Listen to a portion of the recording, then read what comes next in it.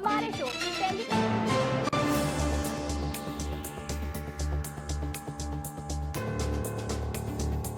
Break के बाद एक बार फिर आप सभी का बहुत स्वागत है। नमस्कार, मैं सोनाली और आप देख रहे हैं केकेडी न्यूज। रुक करते हैं कुछ खास खबरों पर। खबर मंडला से है, जहां रायपुर नेशनल हाईवे 30 पर ट्रक और कार की जबरदस्त टक्कर हो गई है। इस घटना में कार सवार 4 व्यक्तियों को गंभीर चोटें भी आई हैं। वहीं घटना मंडला के ग्राम पंचायत औघट खपरी का बताया जा रहा है। बता दें, कार सवार रायपुर की तरफ जा रहे थे और ट्रक रेत लोड करके मंडला की तरफ से आ रही थी। टक्कर इतनी जोरदार थी कि कार और डालावाड़ी पिकअप को जबरदस्त टक्कर मारते हुए फरार हो गया। वहीं घायल को एम्बुलेंस की मदद से जिला चिकित्सालय पहुंचाया गया है, जहां घायल व्यक्ति का इलाज किया जा रहा है।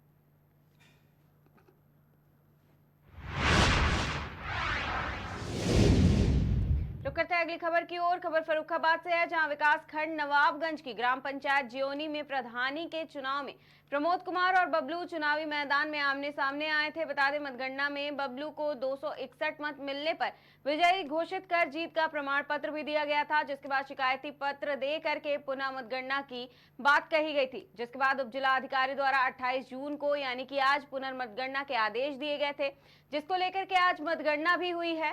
बता दें, ग्राम पंचायत जियोनी की पुनर्मतगणना संपन्न हो गई है और एसडीएम का कहना है कि चुनाव परिणाम में कोई परिवर्तन नहीं हुआ है। पुनर्मतगणना में वर्तमान प्रधान बबलू के पक्ष में 261 वोट और विपक्षी प्रमोद कुमार के पक्ष में 255 वोट निकले हैं। बता दें कि 2 मई 2021 को हुई मतगणना में भी बबलू कुमार को 261 वोट और प्रमोद कुमार को 255 वोट ही मिले थे। वहीं एसडीएम यदुवंश कुमार ने बताया है कि पूर्व में प्रमोद कुमार द्वारा एसडीएम न्यायालय में याचिका दायर की गई थी, जिसके बाद न्यायालय के आदेश के क्रम में शुक्रवार को नवाबगंज ब्लॉक परिसर के ग्राम पंचायत जियोनी की पुनर्मतगणना संपन्न हुई है। तो नवाबगंज की ग्राम पंचायत जियोनी की जो पुनर्मतगणना हुई है, उस पर क्या कहेगा? आज ग्राम पंचायत जियोनी की पुनर्मतगणना कराई गई।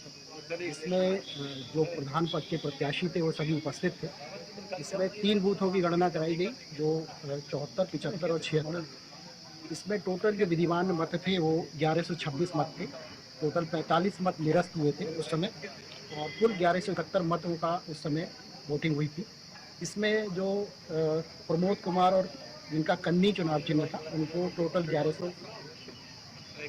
255 मत प्राप्त हुए थे और जो बबलू है जिनका कार चुनाव चिन्ह था उनको 261 मत प्राप्त हुए। इस तरह से टोटल 6 मतों के अंतर से बबलू जो है विजयी उस समय घोषित किए गए थे। आज की पुनर्मतगणना में भी परिणाम इसी तरह का आया है, उसमें कोई परिवर्तन नहीं। प्रमोद का क्या आरोप था दिल्ली द्वारा? उनका कहना यह था कि उस समय जो प्रपत्र तैयार करे गए थे उसमें कुछ कटिंग की गई थी जिसमें इनिशियल नहीं हुए थे। उसको लेकर के उन्होंने एसडीएम न्यायालय में एक रिट पिटीशन फाइल करी थी कि उसमें जो प्रपत्र तैयार किए गए थे, गणना शीट्स जो तैयार की गई थी उसमें ओवर राइटिंग और कटिंग थी। इसको लेकर के उन्होंने रिट पिटीशन फाइल किया था, जिसमें एसडीएम न्यायालय से उसकी पुनर्मतगणना का आदेश हुआ था। उसके बाद में फिर उसको चैलेंज किया गया सिविल न्यायालय में। सिविल न्यायालय ने भी एसडीएम न्यायालय के आदेश को यथावत रखते हुए पुनर्मतगणना का आदेश किया था, जिसके क्रम में आज हमने पुनर्मतगणना कराई। तो नवाबगंज की ग्राम पंचायत जियोनी की जो पुनर्मत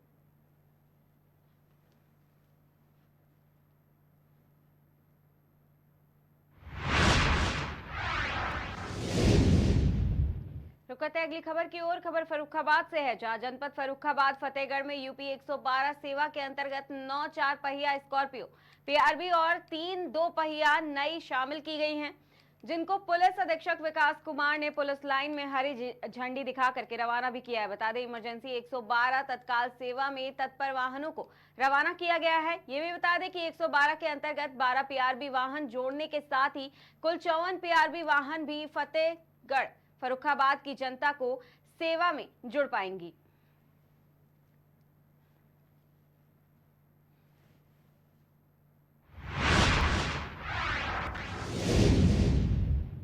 रुक करते हैं अगली खबर की ओर। खबर हरदा जिले के रहटगांव से है, जहां टिमरनी विकास खंड के अंतर्गत आने वाली सबसे बड़ी ग्राम पंचायत रहटगांव को मानी जाती है। बता दें कि ग्राम पंचायत रहटगांव में लगभग 1 वर्ष से कलाली के पास पानी बह रहा है, लेकिन कोई इस पर ध्यान नहीं दे रहा है। इस मामले पर पंचायत को कई बार अवगत भी कराया गया है और पंचायत में आवेदन भी दिया गया है, मगर पंचायत में ईश्वर कोई ध्यान नहीं दे रहा है। बता दें, रोड फॉरेस्ट से हर दिन तहसीलदार, एसडीएम, पूरे विभाग के अधिकारी के साथ वहां से निकलते भी हैं।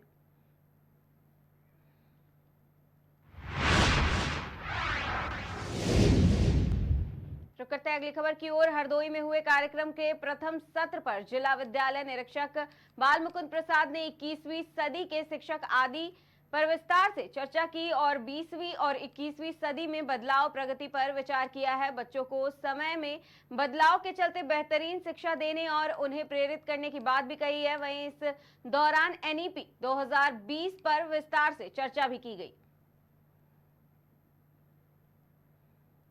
आज इस नवीन आचार्य प्रशिक्षण में जो एक विषय था जिस पर ध्यान आकर्षित करने की आवश्यकता थी और बहुत ही अच्छा विषय चुना गया था कि 21वीं सदी में शिक्षक कैसे हों। इस विषय पे हम लोगों ने विचार विमर्श किया कि वास्तव में आज के समय में जो बदलाव हुए हैं, पिछले 20वीं सदी और 21वीं सदी के बीच में जो तेज़ी से प्रगति हुई है और परिवर्तन हुए हैं, उसको ध्यान में रखते हुए शिक्षा की व्यवस्था और शिक्षक की भूमिका में बहुत बदलाव आया है। हम लोगों ने आज इसी पर विचार विमर्श किया और प्रयास किया कि हम समय के साथ और समय की मांग के अनुसार एक बेहतरीन शिक्षा देने में कामयाब हो सकें। इस कार्यक्रम का समाज पर क्या प्रभाव पड़ेगा? इस कार्यक्रम का समाज पर प्रभाव इस तरह से पड़ेगा कि जैसे आप देख रहे हैं नेशनल एजुकेशन पॉलिसी जिसका हम लोग सब लोग पालन करने जा रहे हैं, प्रारंभ कर दिया है।